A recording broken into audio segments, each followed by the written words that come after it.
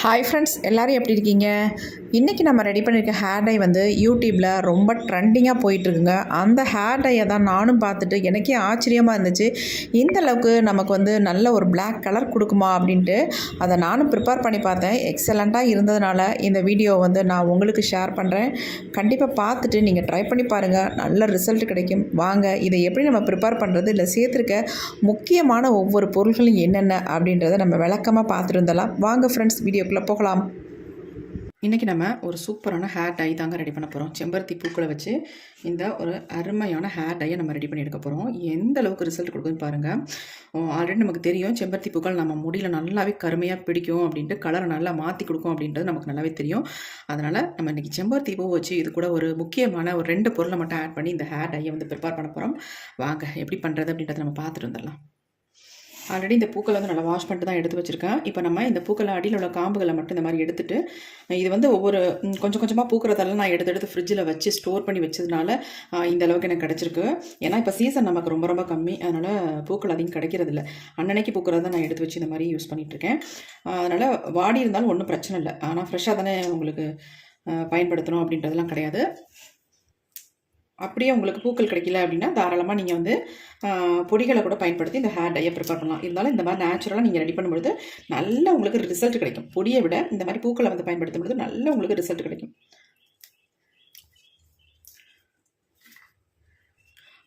செம்பருத்தி பூக்கள் இலைகள் கூட இருந்தால் கூட நீங்கள் கொஞ்சம் இதில் சேர்த்துக்கலாம், தாராளமாக சேர்த்துக்கலாம். அதனால் ஒன்றும் பிரச்சனை இல்லை.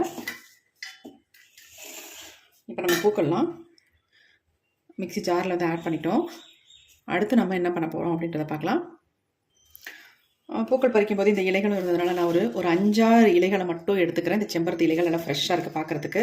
அதனால் இந்த இலைகளை மட்டும் நம்ம இதில் ஒரு 5-6 இலைகள் மட்டும் சேர்த்துக்கலாம். ஏன்னா நம்ம முடிக்கு ரொம்ப ரொம்ப நல்லது. அதனால் எந்த விதத்துலேயும் நம்ம இந்த செம்பருத்தி இலைகளை நம்ம பயன்படுத்தினா நம்ம முடியோட வளர்ச்சிக்கு, முடியோட கருமைக்கு ரொம்ப ரொம்ப நல்லது. அதனால் நான் ஒரு 5-6 இலைகள் மட்டும் சேர்த்துக்கிட்டேன். சேர்த்துக்கணுன்ற கட்டாயம் இல்லை, நான் வந்து இருக்கிறதுனால சேர்த்துக்கிட்டேன். இப்போ இது அப்படியே இருக்கட்டும். நம்ம அடுத்து என்ன பண்ணுறதுன்னு பார்க்கலாம். அடுத்து நம்ம இந்த மாதிரி ஒரு சின்ன பவுல் எடுத்துக்கலாம். இதில் நம்ம என்ன ஆட் பண்ண போகிறோம் அப்படின்னா கரிஞ்சீரகம். இந்த மாதிரி முழுசாக இருக்க கரிஞ்சீரகத்தை நம்ம எடுத்துக்க போகிறோம். நான் ஒரு 3 ஸ்பூன் அளவுக்கு இந்த கரிஞ்சீரகத்தை எடுத்துக்கிறேன். முடிக்கு தகுந்தது மாதிரி கரிஞ்சீரகம் எடுத்துக்கோங்க.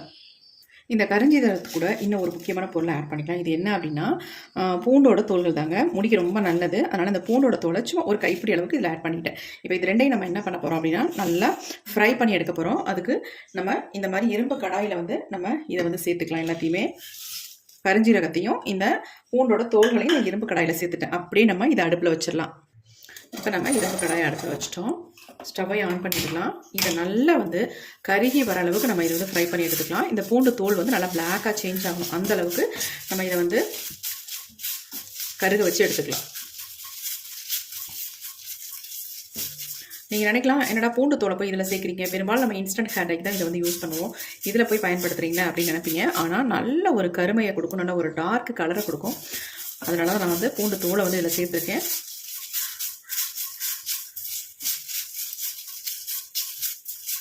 இப்போ நம்ம ரெடி பண்ணிட்டு இருக்க ஹேர் டை வந்து இன்ஸ்டன்ட் ஹேர் டை கிடையாது. நேச்சுரலாக நம்ம முடியை வந்து நல்லா கருன்னு மாற்றி கொடுக்கும். நீங்கள் அப்ளை பண்ணி ஒரு 2 டைம் அப்ளை பண்ணாலே உங்கள் முடியெல்லாம் நல்லா கருமையாகவே மாறிடும். அதுக்கப்புறம் உங்களுக்கு வெள்ளை முடியே வராது. அது மட்டும் இல்லை, அப்படியே வந்தாலும் அடியில் முளைக்கிற முடியில் மட்டும்தான் உங்களுக்கு வெள்ளையாக தெரியும். அதில் மட்டும் அடிக்கடி நீங்கள் டச்சப் பண்ணி விட்டுக்கிட்டீங்கன்னா போதும், நல்லா பிளாக்காக மாறிடும். அவ்வளோ ஒரு சூப்பரான ஹேர் டைங்க. வீடியோ வந்து ஸ்கிப் பண்ணாமல் பார்த்தீங்கன்னா நான் இதை எப்படி நான் ப்ரிப்பேர் பண்ணுறேன் அப்படின்றது உங்களுக்கு டீட்டெயிலாக புரியும். கண்டிப்பாக நீங்கள் கரிஞ்சீரகத்தை சேர்க்கும்போது அந்த பூண்டோட தோல்களை ஆட் பண்ணி நீங்கள் ரெடி பண்ணி பாருங்கள். நீங்களே அசந்து போயிருவீங்க. அந்த அளவுக்கு ரிசல்ட் நல்லாயிருக்கும்.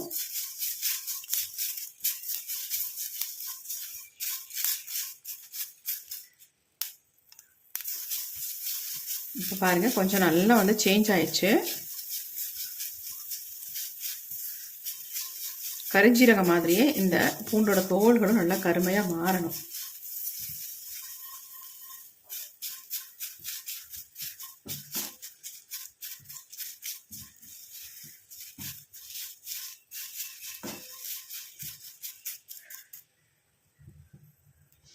இப்போ பாருங்கள், நல்லா வந்து கலர் சேஞ்ச் ஆச்சு. நம்ம ஸ்டவ்வை வந்து சுவிட்ச் ஆஃப் பண்ணிடலாம். இந்த ஹீட்லேயே இன்னும் பாக்கி இருக்கிற தோல்கள்லாம் நல்லாவே கரிஞ்சு வந்துடும்.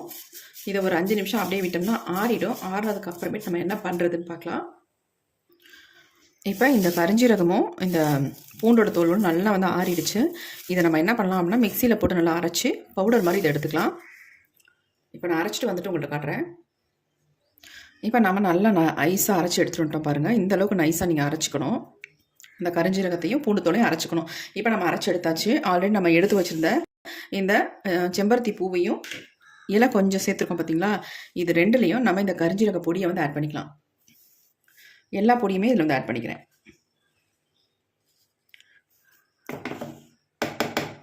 நல்லா நைஸாக அரைக்கணுன்றதுலாம் கிடையாது, ஓரளவுக்கு நீங்கள் அரைச்சிக்கோங்க. ஆல்ரெடி இப்போ நம்ம அரைக்க தான் போகிறோம், அதுக்காக தான் சொல்கிறேன்.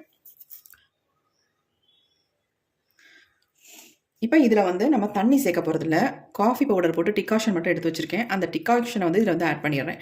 நீங்கள் வந்து காஃபி தூள் கூட இதில் ஆட் பண்ணி அரைச்சி எடுத்துக்கலாம். இப்போ இந்த காஃபி டிகாஷன் நான் உள்ள ஆட் பண்ணிக்கிறேன். இப்போ நாம் இதை அரைச்சி எடுத்துகிட்டு வந்துடலாம். இப்போ நம்ம அரைச்சி எடுத்து வந்திருக்கோம் பாருங்கள் எப்படி இருக்குது அப்படின்ட்டு. சூப்பராக இருக்குது பார்க்குறதுக்கே. இப்போ பாக்கி இருக்க இந்த டிகாஷனையும் ஊற்றி நம்ம நல்லா நைஸாக அரைச்சி எடுத்துக்கலாம். எல்லாத்தையுமே ஊற்றிட்டேன். ஒரு 3/4 டம்ளர் அளவுக்கு நான் டிகாஷன் ரெடி பண்ணி வச்சுருந்தேன், அதை எல்லாத்தையுமே ஊற்றியாச்சு. இப்போ நான் அரைச்சிட்டு வந்துடுறேன். இப்போ நம்ம அரைச்சி எடுத்துகிட்டு வந்தாச்சு பாருங்கள் எப்படி இருக்குது அப்படின்ட்டு. நல்லா நைஸாக அரைச்சிருக்க பாருங்கள், எந்த திப்பியும் இல்லை, அந்தளவுக்கு நம்ம நைஸாக அரைச்சாச்சு. கொஞ்சம் எடுத்து காட்டுறேன் பாருங்கள் எப்படி இருக்குன்ட்டு. நல்லா வழுவழுன்னு இருக்குது, ஏன்னா நம்ம செம்பருத்தி பூக்கள் ஆட் பண்ணியிருக்கோம் இல்லையா, அது நல்லா வழுவழுன்னு இருக்குது. கலர் பாருங்கள் எந்த அளவுக்கு நமக்கு இருக்குது அப்படின்ட்டு. இப்போ நம்ம இது எல்லாத்தையுமே ஒரு இரும்பு கடாயில் ஆட் பண்ணிக்கலாம்.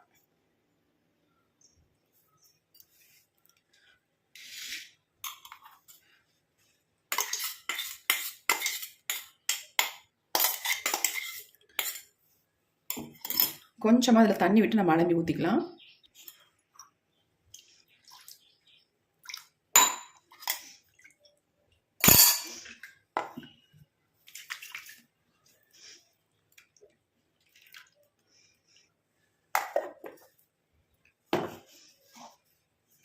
இப்போ எல்லாத்தையும் நல்லா அந்த மாதிரி கலந்து விட்டுடலாம். கலந்து வச்சுட்டு இதை நம்ம அடுப்பில் வச்சு நல்லா சூடுபடுத்தி எடுக்க போகிறோம். நமக்கு ஹேர் டை ரெடி ஆகிட்டுருக்கு. சூப்பரான ஹேர் டை. இப்போ நம்ம அப்படியே அடுப்பில் வச்சிடலாம். இப்போ நம்ம அந்த இரும்பு கடாயை அடுப்பில் வச்சாச்சு. இதை நல்லா சூடுபடுத்தி ஒரு திக்கான கன்சிஸ்டன்சி வர வரைக்கும் நம்ம சூடுபடுத்திக்கலாம்.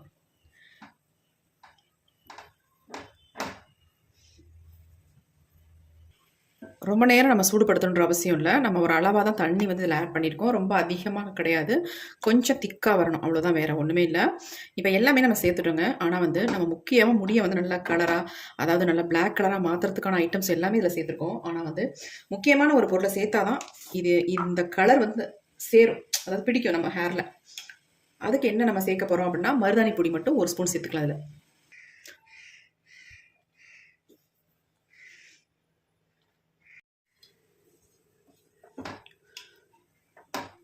இப்போ இது கூடவே வந்து முக்கியமாக நம்ம என்ன சேர்க்கணும் அப்படின்னா, ஆல்ரெடி நம்ம எல்லாம், அதாவது கருமையாக மாறுறதுக்கு வேண்டியது எல்லாமே சேர்த்துட்டோம்.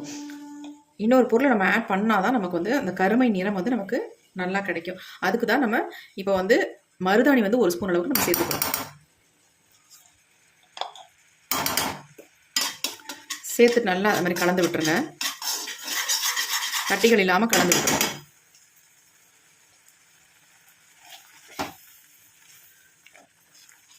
எந்த ஹேர் டையாக இருந்தாலும் நம்ம வந்து மருதாணி சேர்த்தா தான் நல்லா வந்து ஒரு கலர் கிடைக்கும், இல்லைன்னா கிடைக்காது நமக்கு. இலைகளாக உங்களுக்கு கிடைச்சதுன்னா தாராளமாக நீங்கள் செம்பருத்தி பூவோடு சேர்த்து அரைச்சி எடுத்துக்கோங்க. எனக்கு இலைகள் கிடைக்காதனால தான் நான் இந்த மாதிரி சேர்த்துக்கிட்டேன். நீங்கள் வந்து செம்பருத்தி பூக்களோட சேர்த்து அரைக்கும் பொழுது முடிஞ்சால் நைஸாக அரைச்சி எடுத்துக்கோங்க, அப்படின்னா வடி கட்டிக்கோங்க, அதுக்கப்புறமேட்டு யூஸ் பண்ணுங்கள். இப்போ நல்லா திக்கான கன்சிஸ்டன்சிக்கு வந்துருச்சு பாருங்கள். இப்போ நம்ம ஸ்டவ்வை சுவிட்ச் ஆஃப் பண்ணிடலாம். இதை வந்து ஒரு 5 மணி நேரம் ரெஸ்ட் டைம் விட்டுட்டு அதுக்கப்புறமேட்டு நம்ம ஹேரில் அப்ளை பண்ணலாம். எப்படி அப்ளை பண்ணுறது அப்படின்னு நான் காட்டுறேன். சூட்டோடு நம்ம மூடி வைக்க வேண்டாம், ஏன்னா அந்த ஆவிப்பட்டு ரிசல்ட் நமக்கு நல்லா கிடைக்காது. அதனால் இது நல்லா ஆறுனதுக்கு அப்புறமேட்டு இது மேலே தட்டு போட்டு நம்ம மூடி வச்சிடலாம். நல்லா திக்காக இருக்குது கன்சிஸ்டன்சி, ஹேரில் அப்ளை பண்ணுறதுக்கு சூப்பராக இருக்கும். இது அப்படியே இருக்கட்டும். ஒரு 1/2 hour கழிச்சுட்டு நம்ம மூடி வச்சிடலாம். இப்போ வந்து ஓரளவுக்கு நல்லாவே ஆறிடுச்சு. இப்போ இதில் வந்து நம்ம என்ன சேர்க்க போகிறோம் அப்படின்னா 1/2 லெமன் எடுத்துக்கோங்க. நல்லா இதில் வந்து பிழிஞ்சு விட்டுடலாம். இந்த மாதிரி லெமனை பிழிஞ்சு விட்டுட்டு நல்லா இந்த மாதிரி கலந்து விட்டுடலாம். கலந்துட்டு நம்ம ஒரு மூடி போட்டு மூடி வச்சிடலாம். அப்போ தான் நமக்கு நல்ல வந்து ஒரு கலர் கொடுக்கும்.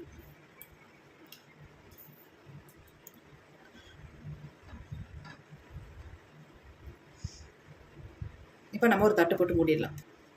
ஒரு 5 மணி நேரம் ஆகட்டும். அதுக்கப்புறமா ஓப்பன் பண்ணி பார்க்கலாம். நம்ம எடுத்து ஓப்பன் பண்ணி பார்க்கலாம். எப்படி இருக்குது பாருங்கள் ஹேர் டை.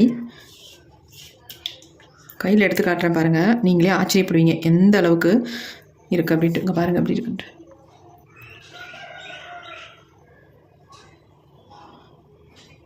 அப்படியே மை மாதிரி இருக்குங்க. சூப்பராக இருக்குது.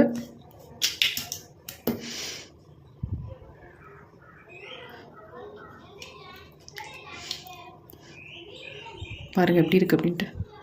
செம்மையான ஹேர் டையாக இருக்குது. நம்ம முடியல இந்த மாதிரியே பிளாக்காக சேஞ்ச் ஆகுங்க. அவ்வளோ சூப்பராக நமக்கு ரிசல்ட் கொடுக்கும்.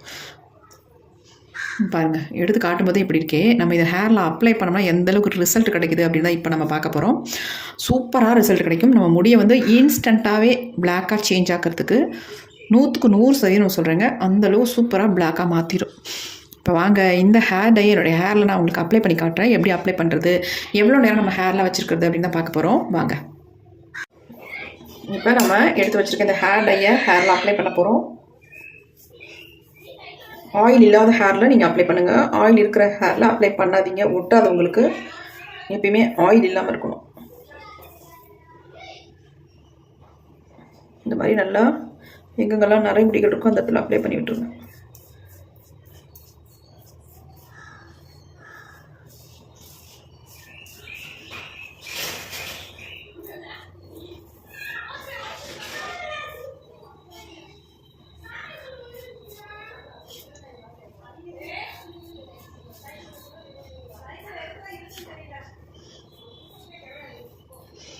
இந்த ஹேர் டை வந்து நம்ம முடியை வந்து கருமையாக்குறது மட்டும் இல்லைங்க, நம்ம முடியை வந்து நல்லா ஆரோக்கியமாக வச்சுக்கும். ஏன்னா இதில் சேர்த்துருக்க பொருட்கள் எல்லாமே நம்ம முடிக்கு ரொம்பவும் ஹெல்ப் பண்ணக்கூடிய பொருள்களை தான் நம்ம இதில் வந்து ஆட் பண்ணியிருக்கோம். அதனால் எந்த விதமான சைட் எஃபெக்ட்டும் நமக்கு பண்ணாது. நல்ல கருமையாக மாற்றி கொடுக்கும். நீங்கள் ஆல்ரெடி வந்து எந்த கெமிக்கல் ஹேர் டையும் அப்ளை பண்ணாதவங்களாக இருந்தால் உங்களுக்கு 100க்கு 100% உடனே ரிசல்ட் கிடைக்குங்க. பாருங்கள் என் கையில் எந்த அளவுக்கு பிடிச்சிருக்கு பாருங்கள். நல்லாவே பிடிச்சிருக்கு. இது நம்ம அப்ளை பண்ணிட்டு தான் இருக்கோம். ஆனால் அதுக்கு இந்த அளவுக்கு என் கையில் வந்து ஒட்டியிருக்கு பாருங்கள்.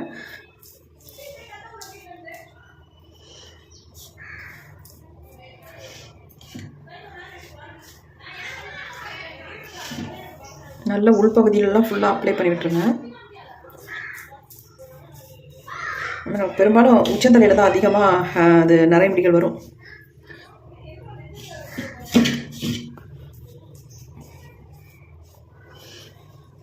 கீழெல்லாம் கூட அப்ளை பண்ணணும்னு அவசியம் இல்லைங்க. மேல் பகுதியில் மட்டும்தான் அப்ளை பண்ணணும். ஏன்னா நமக்கு வந்து அந்த முடி வளர்கிற இடங்களில் தான் வெள்ளை வெள்ளையாக அதிகமாக இருக்கும், ஒயிட் ஹேர் அதிகமாக இருக்கும். அந்த இடத்துல இந்த மாதிரி அப்ளை பண்ணி விட்டாலே உங்களுக்கு